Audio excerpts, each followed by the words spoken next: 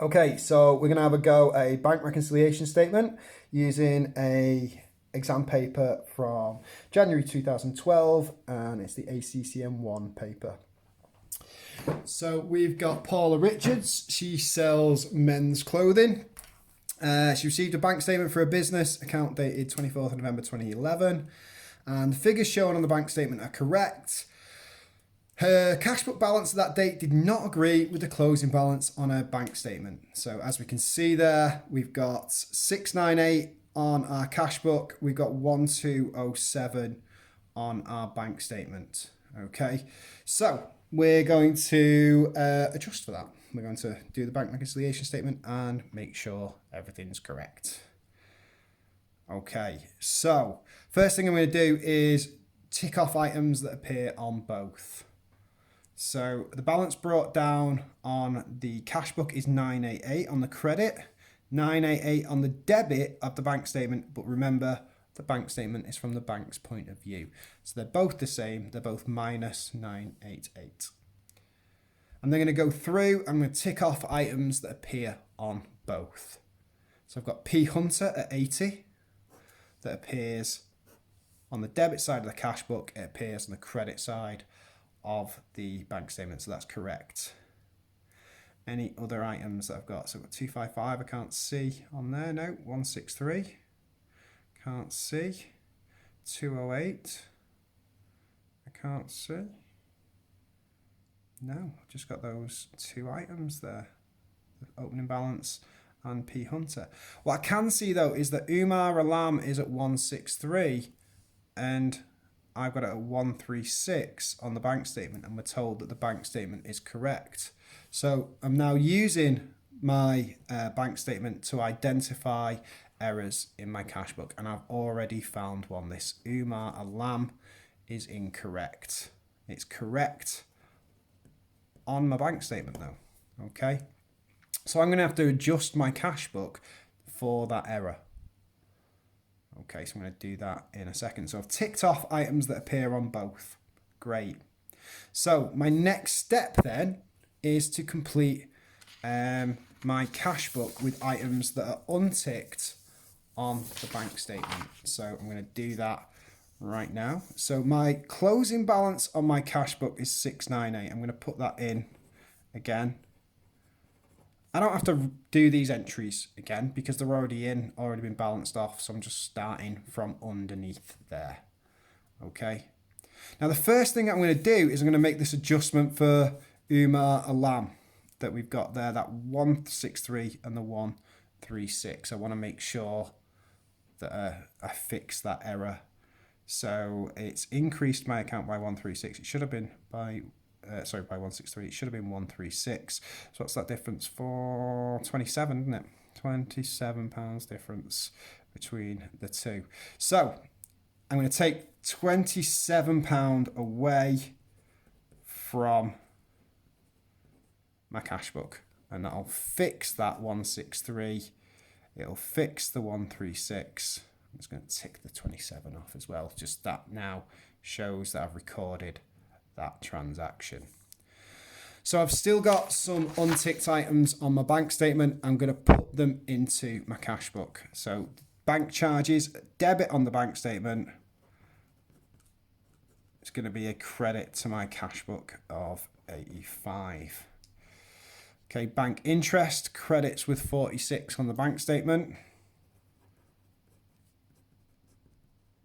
For those of you watching for the first time, not seen my videos before, this is what my handwriting looks like. I apologise.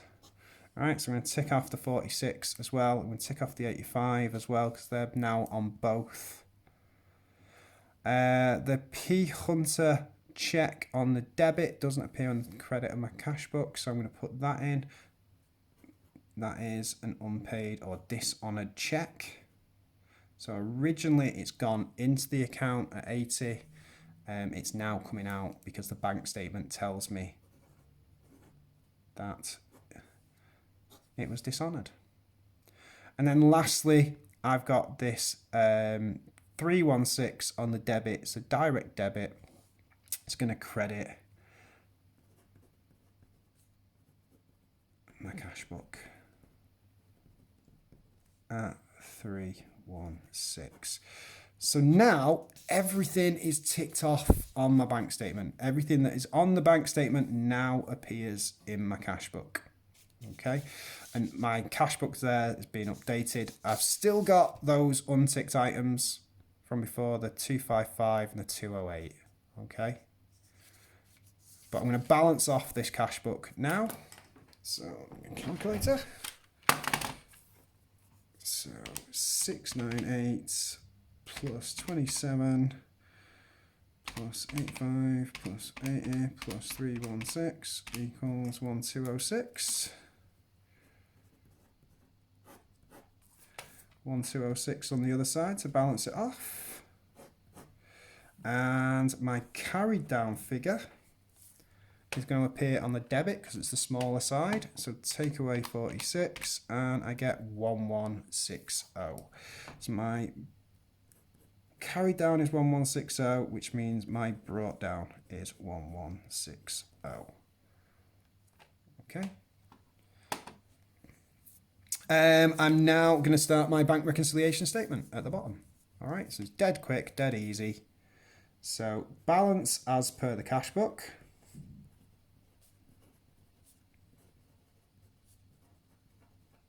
Is 1160, not forgetting that it's a minus figure because it appears on the credit side of the account. Okay, I'm then going to what else am I going to do? Oh, add unpresented checks. So add unpresented checks. And if we remember, those are items in our cash book that are unticked on the credit side. So everything's ticked there. The only thing that's not ticked is the balance, which we don't need to tick really. And then Cahill. So that's a transaction.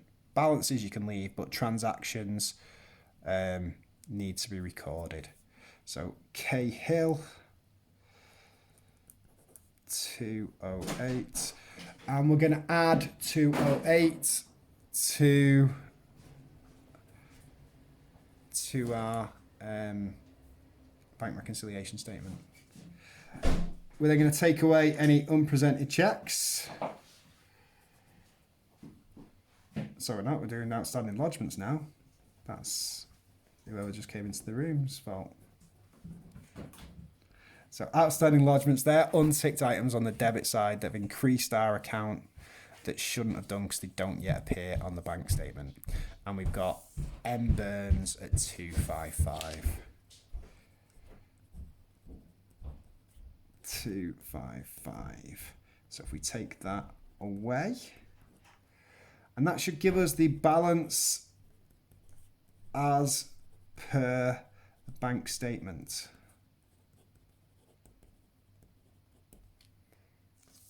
Which I often forget that you can't see stuff. Okay, so balance as per the bank statements. So